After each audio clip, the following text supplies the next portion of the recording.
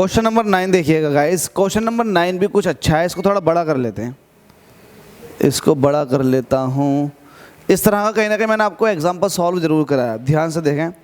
इसमें का example solve करवाया था, बिल्कुल सेम पैटर्न के ऊपर ये क्वेश्चन भी है। अगर आपने इसके एग्जांपल नहीं देखे तो एग्जांपल देखने, वरना ये क्वेश्चन कर लेंगे तो आप एग्जांपल भी कर लेंगे। इस क्वेश्चन में आपसे ये कह रहा है कि आपके पास एक कॉपर वायर है जिसको आपने इस शेप में कन्वर्ट कर दिया जो आपके सामने है बनी हुई। आपसे कह रहा है कि अगर इसकी रेडियस, ये जो है आपके पास, इसकी रेडियस आपको दे रखा 7 सेंटीमीटर, इस तो सेंटर ओ पर मैग्नेटिक फील्ड बताओ। पहले वाले पार्ट में कह रहा है सेंटर ओ पर मैग्नेटिक फील्ड बताओ अगर इसके अंदर से करंट जो है वो 10 एम्पियर पास हो रही है तो। ठीक है, फिर आपसे कह रहा है सेकंड वाले पार्ट में कि किस तरह से मैग्नेटिक फील्ड और उसकी डायरेक्शन चेंज होगी अगर आप इस वायर को इस तरह से रख देंगे तो। बड़ा सिंपल सा क्वेश्चन है। एक बात बताओ, इसके थ्रू मैग्नेटिक फील्ड निकाल लो। यहाँ पर लिख देता हूँ सॉल्यूशन। तो मैं कहता हूँ फिगर ए के थ्रू मैं इसके थ्रू मैग्नेटिक फील्ड निकाला हूँ। मैग्नेटिक फील्ड निकालूंगा सेंटर पे, साथ में उसकी डायरेक्शन भी। तो मैग्नेटिक फील्ड बताओ मुझे, इसके सेक्शन कट कर लेने। ये है ए, ये है बी, ये है सी, ये है डी, ये है ई। मैंने आपको बताया था कि जो स्ट्रेट वायर होता है अगर उसी की डायरेक्शन पे किसी पॉइंट पर, उसी की डायरेक्शन में आगे या पीछे, उसी की डायरेक्शन में किसी भी पॉइंट पर अगर आपको मैग्नेटिक फील्ड निकालना तो मैग्नेटिक फील्ड की वैल्यू 0 निकल कर आती है। ठीक है, तो यहाँ पर ए बी है तो ये ओ पॉइंट जो है वो ए बी की डायरेक्शन में आगे की तरफ है, इसकी वजह से मैग्नेटिक फील्ड 0 होगा।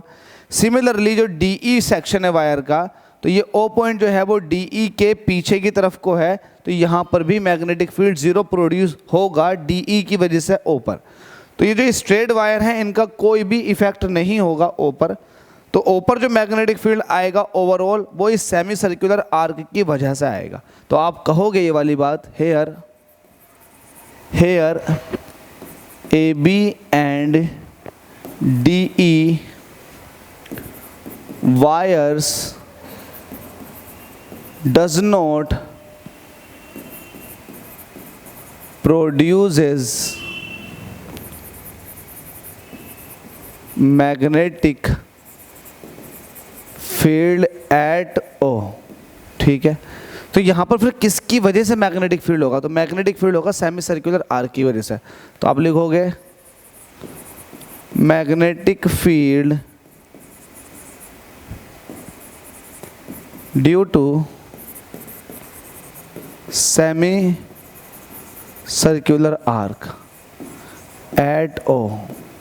तो ये हो जाएगा B इज इक्वल टू, अब मुझे बताओ एक सर्कल की वजह से उसके सेंटर पर जो मैग्नेटिक फील्ड होता है उसका फॉर्मूला होता है B is equal to mu not I upon 2R। लेकिन जब इसको आधा कर दोगे तो मैग्नेटिक फील्ड भी हाफ हो जाएगा, that is B is equal to mu not I upon 4R। तो सेमी सर्कुलर आर्क की वजह से जो मैग्नेटिक फील्ड होता है उसका फॉर्मूला कुछ ये होता है।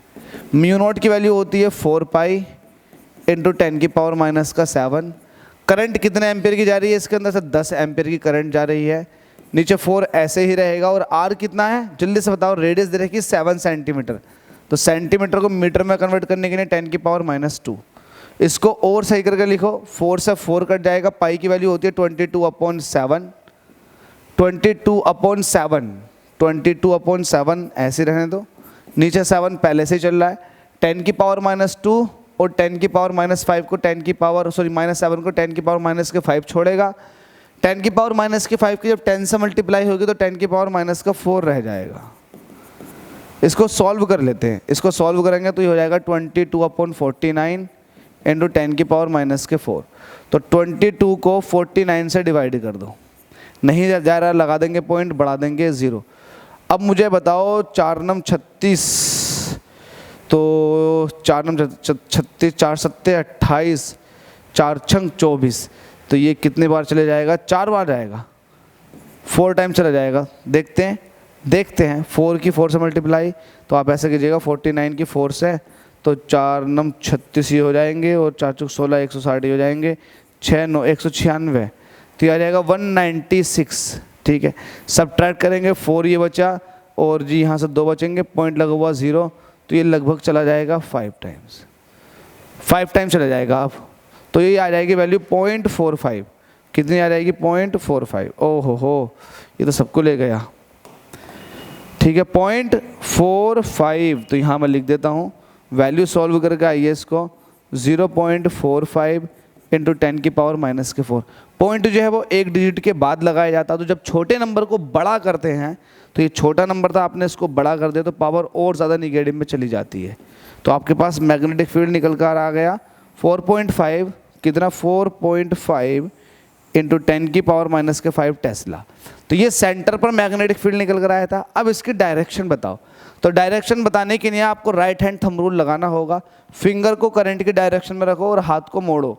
ओ पॉइंट पर हाथ जो है वो अंदर की तरफ को जा रहा है, तो मैग्नेटिक फील्ड की जो डायरेक्शन होगी वो किस तरह से होगी, जल्दी से बताओ। पहले वाले पेट में, पहले वाले पेट की बात कर रहा हूँ, पहले वाले पार्ट में करंट जो है किस तरह से होगा। फिंगर को आपने रखा करंट की डायरेक्शन में, तो ये होगी डाउनवर्ड। प्लेन ऑफ पेपर में कैसा होगा, डाउनवर्ड। तो आप कहोगे डाउनवर्ड, डाउनवर्ड, डाउनवर्ड डायरेक्शन में होगा। तो पहले वाले पार्ट का जो है वो डाउनवर्ड है। अब आप पहले वाले पार्ट के अंदर देखिएगा, इसमें लिखा हुआ आउटसाइड, तो ये गलत है। अगर पहले वाले पार्ट में आउटसाइड दे रखा है तो ये गलत है। पहले वाले पार्ट का तो खुद कॉमन सेंस देख सकते हो आप, इनवर्ड जा रहा है, अंदर की तरफ को जाएगा मैग्नेटिक फील्ड, अंदर की तरफ को। दूसरे वाले पार्ट में अगर आप ध्यान से देखोगे तो दूसरे वाले पार्ट में अपवर्ड आएगा, क्योंकि ओ पॉइंट जो है अब वो लेफ्ट साइड में है, तो देखो अपवर्ड आएगा। तो दूसरे वाले पार्ट में आएगा अपवर्ड, पहले वाले पार्ट में तो डाउनवर्ड ही आएगा। ठीक है, तो ये मिस्टेक हो गई है, ये डाउनवर्ड है। ठीक है, प्लेन ऑफ पेपर में डाउनवर्ड, और ये है अपवर्ड। तो पहले वाला पार्ट आपने समझ लिया। अब देखो सेकंड वाले पार्ट में देखो, सेकंड वाले पार्ट में ये देखने के लिए मिलेगा कि सब कुछ सेम है, करंट भी सेम है और आपके पास दो वायर भी हैं और नीचे सेमी सर्कुलर आर्क भी है, सब कुछ सेम है, बस उल्टा कर दिया गया। तो उल्टा होने से मैग्नीट्यूड चेंज नहीं होगा मैग्नेटिक फील्ड का, बट डायरेक्शन जरूर चेंज हो जाएगी। तो यहाँ पर जो डायरेक्शन ऑफ मैग्नेटिक फील्ड आएगी वो आएगी अपवर्ड। तो अपवर्ड को बोलते हैं डॉट के थ्रू, मतलब अपवर्ड मैग्नेटिक फील्ड, लेकिन इसका मैग्नीट्यूड चेंज नहीं होगा। तो B इक्वल टू आ जाएगा इसका 4.5 इंटू 10 की पावर माइनस के 5 टेस्ला। लेकिन जो मैग्नेटिक फील्ड होगा वो होगा अपवर्ड। कैसा होगा, अपवर्ड। मतलब इसका मैग्नेटिक फील्ड अपवर्ड और इसका मैग्नेटिक फील्ड डाउनवर्ड। तो बस इस क्वेश्चन के अंदर यही था। डाउट नहीं आना चाहिए। अगर डाउट आ रहा है तो क्यों आ रहा है, कॉन्सेप्ट क्लियर नहीं है। डाउट नहीं आए, पहला कॉन्सेप्ट क्लियर कर लें। थैंक यू सो मच आप सभी के प्यार के लिए।